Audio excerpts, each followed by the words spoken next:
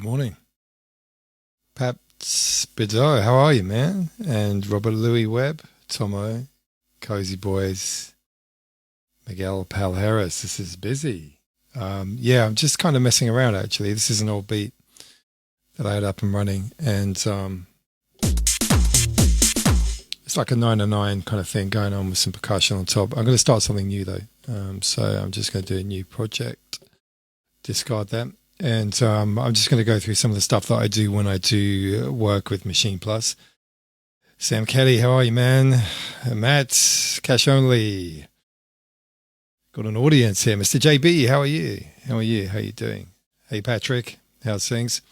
So we're just going to start with nothing, basically. I'm just going to load up something. And what I do quite often is basically just go through the groups that exist on here. And when I talk about a group is essentially a drum kit, or a collection of samples. Yes, and everybody, happy Christmas. It's that time. It's great to get some freedom and to be able to do something in the day, which is great. So yeah, and Pieter Ritter. It's always difficult for me to be able to pronounce everybody's names. With not a true understanding of kind of pronunciations, it's quite tricky. So hopefully it's okay the way that I've said that. So anyway, as I was saying, there's a concept of a group inside Maschine, and essentially it's a kit. You can see on the right hand side, hopefully there's a list of different kits here. On the left, I've got all of the different expansions, and so these in a way are sample packs. These are collections of sounds. So on the right-hand side, you've actually got the kit names. And when I go down the list, there are some kind of preset programs in essentially, demonstrations of these kits. This, funnily enough, sounds a bit like Grand Theft Auto. It's almost like one of those loading screens. So yeah, and what I do personally is I get inspiration from these kind of preset kits in a way, because what happens is that they give me a flavor that can sometimes catch my ear, and it actually could be sometimes just one sound from the list.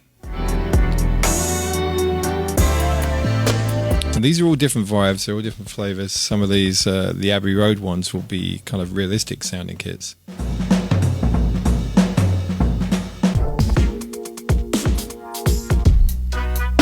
And just loads of different styles here. And this is because of these expansions. You see on the left-hand side, if I scroll through, these are now breaking out into the actual contents of each of these different libraries. So, for example, Higher Place is a very much a kind of house music focused library. In fact, it's a very kind of 90s flavored house library. So these are the preset kits.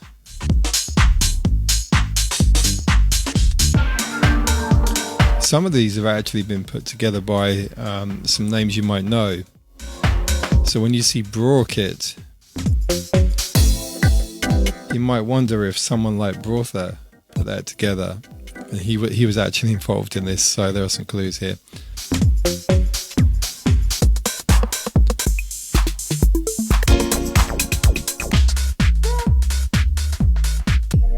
So it's quite fun to just go through the list and see what comes up. If you're ever stuck for kind of inspiration, this kind of thing can be really helpful.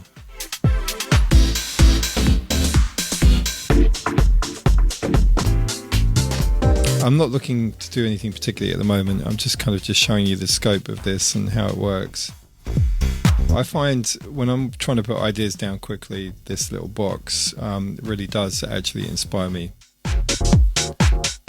Quite a lot of the tracks that I've made this year have been made, starting off with the foundations here on Maschine and then arranged inside Ableton Live.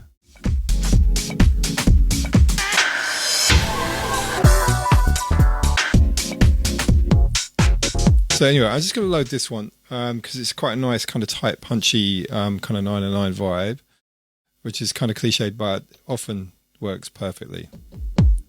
So I'm just gonna, because I've got the microphone is running through the Pioneer mixer, and it's got the ducking on it. So basically what's going on is that the Maschine has been reduced in volume when I speak, because it just makes it easier for everything. That's coming through Rekordbox. Yeah, I can see Rekordbox on the screen at the moment. So the audio from the Maschine is being routed into the Pioneer XDJ RX3. The mic is going into the Pioneer as well. And then, just to make life easier for me, it's reducing the volume of the audio from the Maschine when I'm speaking. So bear in mind, if I'm going to hit the pads hard, and I do tend to do that, it may cause the volume to drop. So just be aware. I'm going to try to hit these pads a little bit less than I would do normally. And in fact, I put the fixed velocity on so that I don't have to worry about using velocity. Couple of shouts. Don Swing, how are you, man? The Mistak, Felix Bodner, thanks for joining. Yeah, we're just kind of messing around with Ableton. Sorry, someone mentioned Ableton earlier, but yeah, no, we're messing around with Maschine. So this is about really just kind of sketching out an idea, just playing around really. I've loaded up a kit. And as I said to you, if I hit the pads hard, it's going to bring the volume down overall because the mic is basically taking precedence. Hey, Matt Gillespie, how you doing, man? So I've got nothing up and running here at all. And I can push tempo and I can set that. So you can see at the top here, 124. I might take it a bit faster, 128. And then, like I said, I'm trying to tap gently, even though I'm very tempted to tap harder. Let's just record something in. So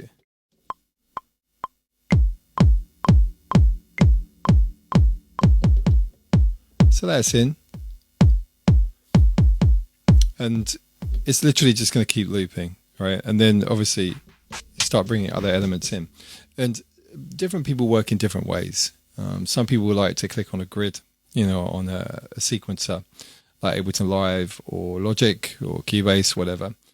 But generally, I actually prefer to play in live, So for me, I like to kind of just vibe on it. And as things are going, to start adding elements.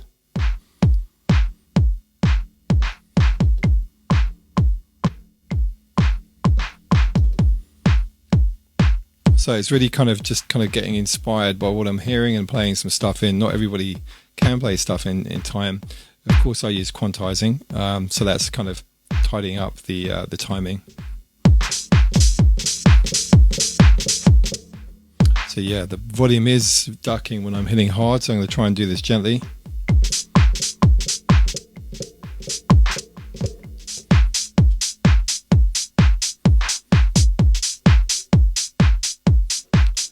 It seemed to have missed a couple of those close hats, so I'm going to bring those in again.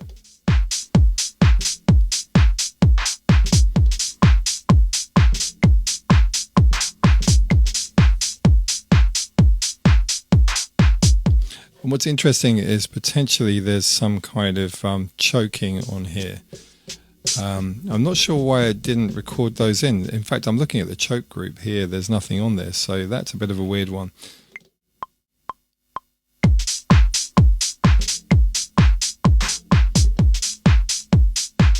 That's better. So anyway, I don't want to get so down by that. So anyway, starting to build up the elements. We've got the kick, the clap, the hi-hat. And what I would personally do is now start increasing the scope in terms of being able to switch around on the fly. We've got a concept of scenes, and scenes are groups of patterns. So I've got one pattern, I've got one scene. I'm going to now duplicate both, which means that now on scene 2, I can start adding some new elements.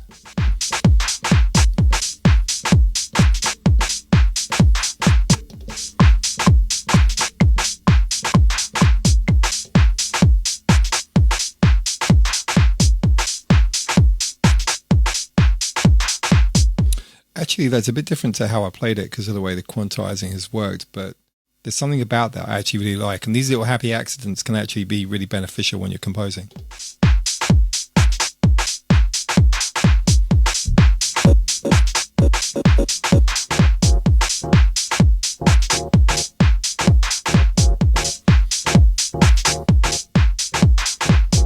So, as I said, using scenes to enable a progression through different kind of vibes. So I'm going to duplicate that. So the first one's got the kick, the hat, the clap. The second one's got the kick, hat, clap, and snare. And now the third one is ready for me to put something in, like some kind of triggered chord thing. And in fact, this one might be better. Something along these lines.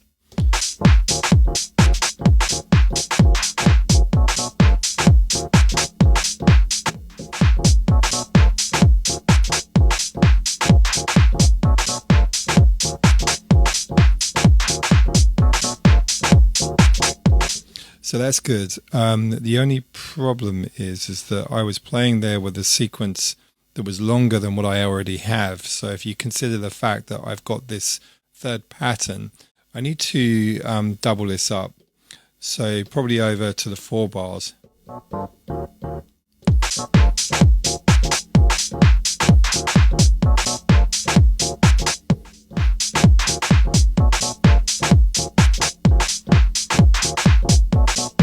I think that's going to give me more scope anyway, so here we go.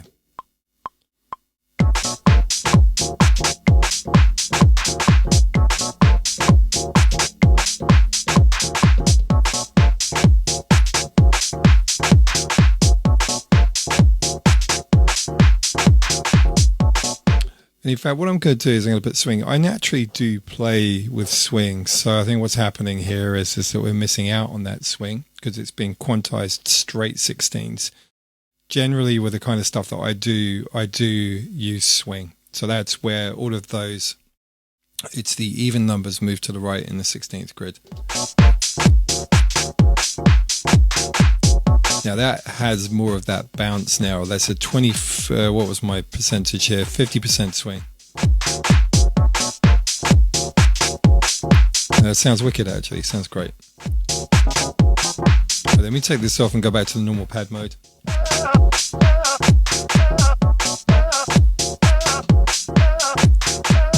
So if we, that's a third scene, let me duplicate that scene, start recording this vocal hit.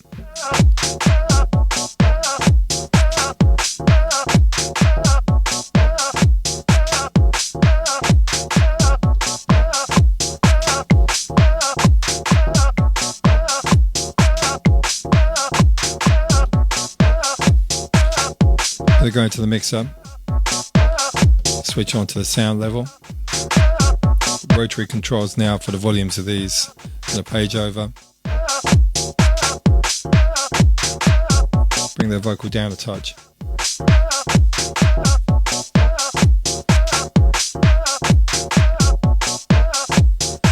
So it's a nice vibe already. You can see what I mean about getting these things up and running very quickly. And yes, I'm using someone else's pre-selected kit on the actual collection, but they're designed for that purpose. They're sold for that purpose. You know, you buy this, it's like a sample pack. You buy samples, you can use them or you don't need to use them. But actually in this case, they've proved to be quite inspiring.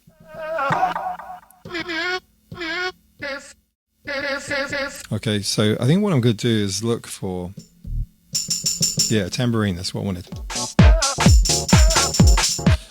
And I can play stuff in. Yeah, I could slow it down to make it easier, or I can go to note repeat.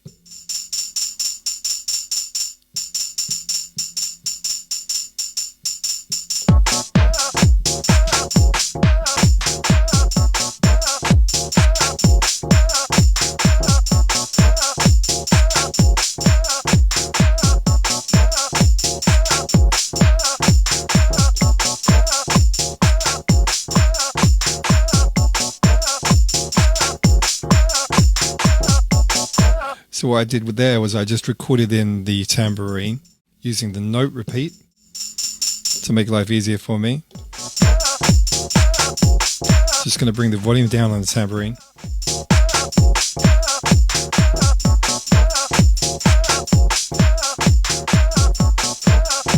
So that's nice. So remember, I've been building up these scenes. If we go back to the first one, very simple. Just a quick catch up with shouts. Massive shout out to Fatso Music, doing great stuff live, incredible. It's been a great year for you guys. So nice to see you. George Jackson, how are you? Steffi DJ, how are you? Good to see you. And DJ Maga, it's It's always hard to catch up on some of these because it scrolls up. But anyway, so we started off scene 1, it's simple. Scene 2 incorporates the skibby snare. Scene 3 brings in the chord sample. And then scene 4 brings a bit more kind of high-end energy by using the tambourine.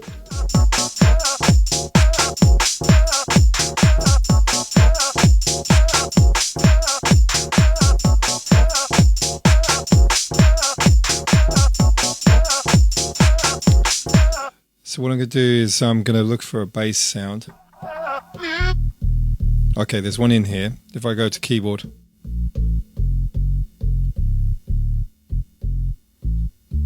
let me just listen.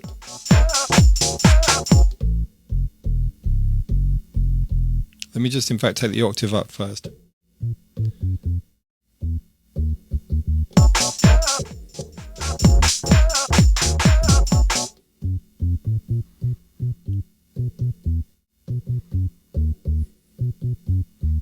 So what I do is I take the octave up so I can hear the notes more clearly, and then I'll take it back down afterwards.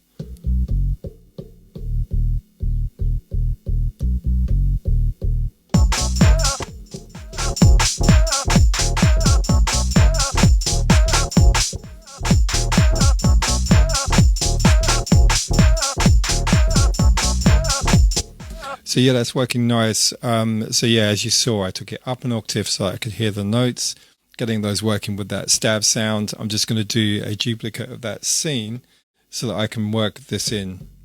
Just going to record that in now.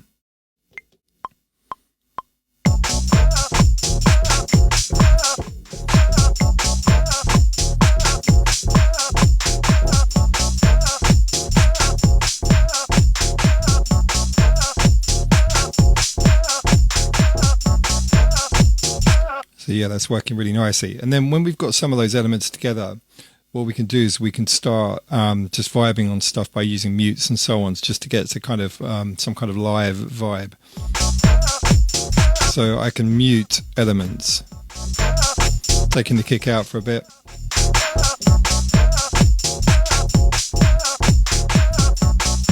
Maybe take that vocal out.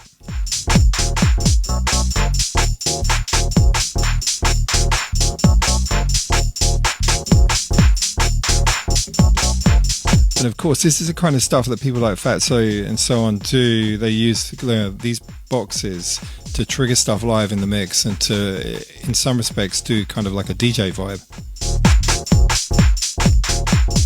And the other thing we could do is we could solo.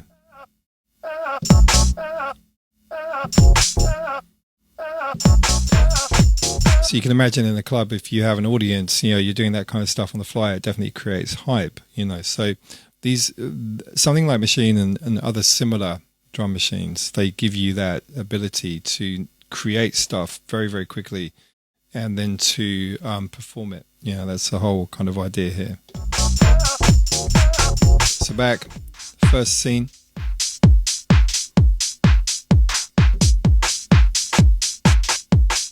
And of course this helps with your arrangement, building it up.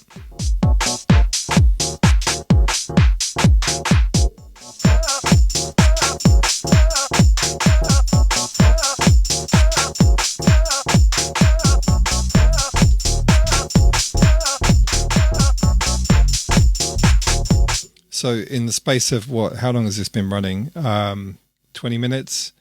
I've got myself a really decent idea that then what I would do is I would personally probably move on to something new.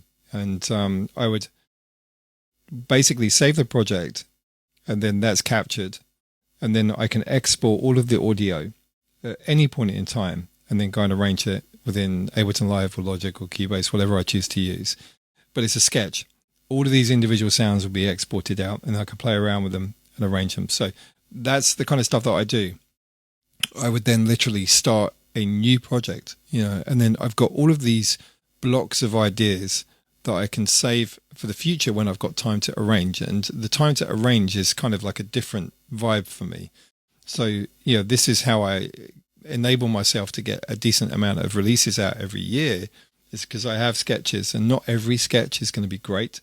But funny enough, I do actually really like this, so I'm going to save this. I'm not going to shut this down. I'm going to go and save the project, because that's something that is very, very worthwhile doing. So anyway, bear with me. I've just had a phone call, so I'm going to have to. I'm going to have to go. So this I'll keep on here. I'm going to archive it so people can watch it back. And I will save that. I'll do something with it. Thanks to everybody for joining. Have a fantastic Christmas if I don't speak to you before now and then. But I will be grabbing some time every now and again in this period over the break to do some stuff live. Okay, all right. Nice one, everybody.